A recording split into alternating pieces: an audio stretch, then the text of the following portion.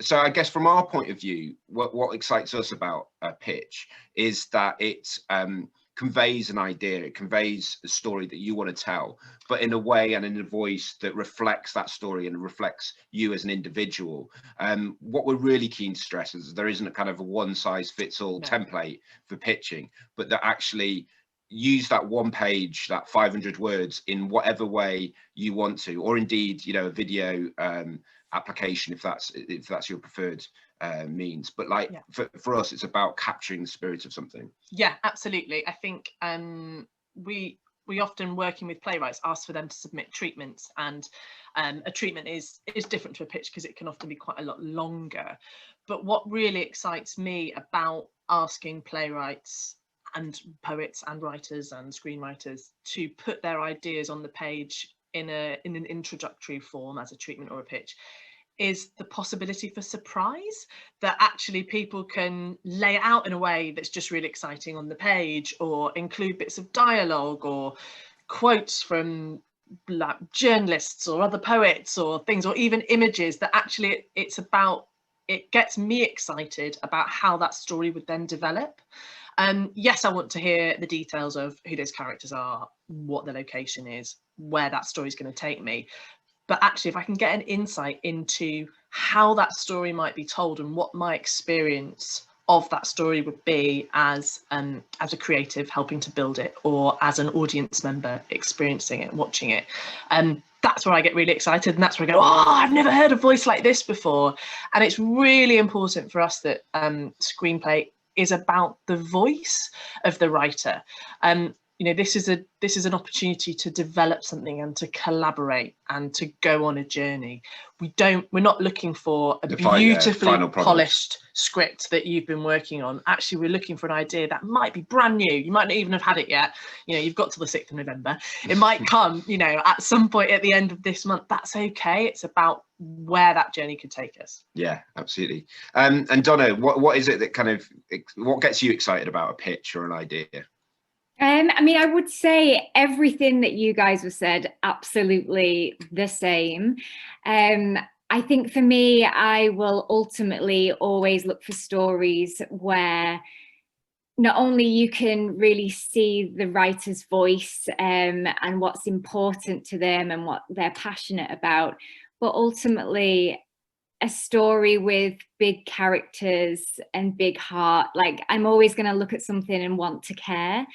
From a Sky perspective, I think the thing to remember with us is that because it is a subscription service, we're always looking for something that you wouldn't see anywhere else. So it really is an original take, that it's provocative, that even if it's something that isn't the newest idea, how are you going to take it like to a different angle? How are you going to, as Hannah said, how are you going to surprise us?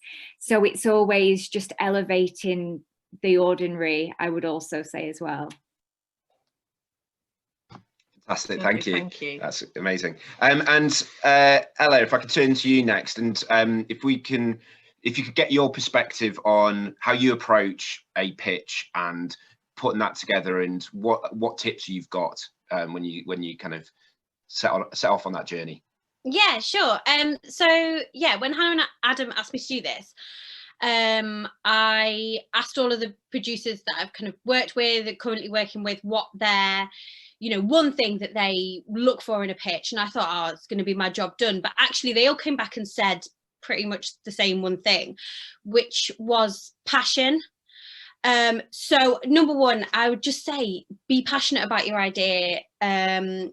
Just love what you're writing about and show that in your pitch, and other people will love it as well. Yeah, show how excited you are about it, and that will make the reader excited. My second top tip would be pacey and clear, and don't waffle on. I say this, I'm going to probably waffle loads now, but short, precise sentences, I think, especially with the award, it's one page, isn't it? So every sentence kind of wants to earn its place on that page. You don't say the same thing twice, which I'm probably doing as I speak. And yeah, with that in mind, I always think about the rule of 3. So kind of your protagonist is smart, funny, sexy. Your antagonist is nasty, sly, stinky. Never more than 3, so it doesn't get as messy. So it's just to the point. Number 4, this isn't an academic piece of writing. So I always like, I mean, this is absolutely how I approach something, but I'm very conversational in my pitches. I'm quite light-hearted. I'll be quite fun. That does lead into my number 5, though, in that tone should reflect tone. So if you're writing a comedy, make that pitch funny. You know, if you're, you know, going back to what Donna said, if you're writing, you know, a tragic love story, then we want to be sad in that pitch. We want, you know, we want to care. So yeah, just that tone, reflecting that. Yeah, this one is stolen from Sally Wainwright, actually, but I don't care. She's probably not on here right now. And it's basically write your episode 1 as if it's episode 3. So for this, obviously, this is a shorter pitch that you'd be doing. But yeah, just get straight in there. Don't waste your time on the setup and who's who. Just get into the action. What's going on? And yeah, back to why do we care, I suppose. Number 7 is, oh God, I'm dropping it. Be specific. So if you know the place that you're setting your show, if you know it, if it's your hometown, then tell us that. Tell us something that we don't know. Tell us something that's surprising that only you could know about that place. Yeah, this is quite, so we'll create banging characters and kind of make sure they're all different, really. Don't have 2 characters doing the same thing, and unless that's your point, but just make sure that they're all, yeah, kind of doing different things, basically. You might want to think about the POV of the piece. What's our way in, and whose eyes are we seeing this world through? And again, Donna just said this, what's unique about this show? How is it different to anything we've seen before? And that doesn't mean that it can't be a kind of story of the week procedural show. It can, but why is it different to every other story of the week procedural? And that's 10, but I've got a bonus tip of this is, some people like to do, some people don't, but why you? I put this in because I've recently been asked to do this because I'm doing an adaptation, so I suppose it's slightly different. But I hate doing it. I hate kind of going, well, I should do this because, you know, but even if it's just a sentence that just conveys why you are the only person who can write this show in this brilliant way. I just think sometimes producers respond really well to that. Yes, and I'm sorry if I've spoken too fast, I'm a bit nervous. That's my 11 top tips. Absolutely amazing. Thank you, Ella. Thanks, That's Ella. fantastic. Yeah, all wonderful. And that passion one, that number 1, I couldn't agree with more. Yeah. David. Yes. Well, I don't know if Ella's got access to my emails or not, because every single one of mine, Ella's just mentioned there. So I think you've been nicking mine there. I want to joking, but yeah, really, really covered it. And like, I'm nowhere near mastered a pitch yet. So I suppose all I could give you is like things that have stuck with me so far on my journey, which kind of goes into approaching the pitch, speaking to the people directly, and also writing the ep if you get to that kind of stage as well. So my first thing is just be big, be brave, and be honest. And that kind of marries into, it's your voice. You're right. You're there for a reason. It's because of you. And be brave of that. Don't hide behind a budget. Don't hide behind a big name, behind a competition. Write the story you want to write, regardless of how little it may seem or how grand it may seem. Put everything into it. Yeah, don't hide behind anything. Same again, why are we telling this story now? Who's the story for, and what you want to do with it? Just try and keep that building the momentum throughout your pitch. Otherwise, if it gets a bit too busy, people will lose the theme of it. Like me, I write a lot about identity, but because I'm a mixed race person, people want to know whether it's about sexuality or whether it's about race.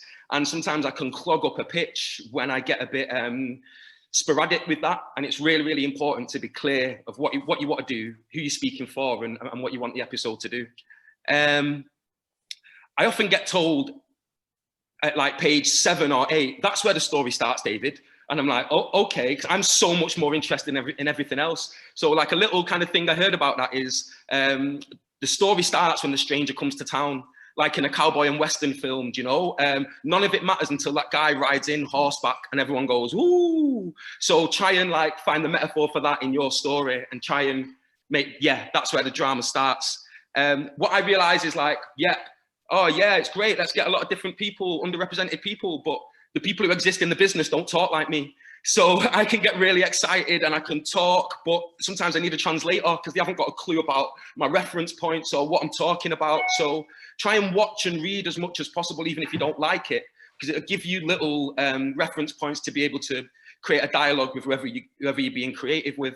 And I've often thought I've gone quiet in a room when I've not been able to take part in that kind of stuff, or lost my idea when I've not been able to bulldoze it through with all these brilliant references and this actor could play that and, you know, this guy from this. I just always feel like I'm missing something not having them tools at my disposal. This is one I made up when I was at Channel 4 Screenwriters, but I almost got a round of applause for it. We had someone coming in telling us about stamping your mark all the way throughout the episode. And I was like when you buy a Ben Sherman shirt and all the buttons say Ben Sherman, and like when you buy one from Primark and they don't, and it was like exactly like that, David. Make sure all your buttons have their tag. So yeah, even if it's a stage direction, even if it's a small character, even if it's something that we might not visit again, give them that stamp, be big, be brave, be honest with them, regardless of how small they might seem in your world. Above all, be yourself, write for yourself, and enjoy yourself. If not, like, go and do a job that you don't enjoy because you'll get paid more. Yeah, sorry, there we go. Yeah, and on that note, if you want to retrain in cyber, you know, here's good opportunities in the world. Good, amazing. Thank you so much, guys. Yeah, that's wonderful tips. Really appreciate that. Thank you. So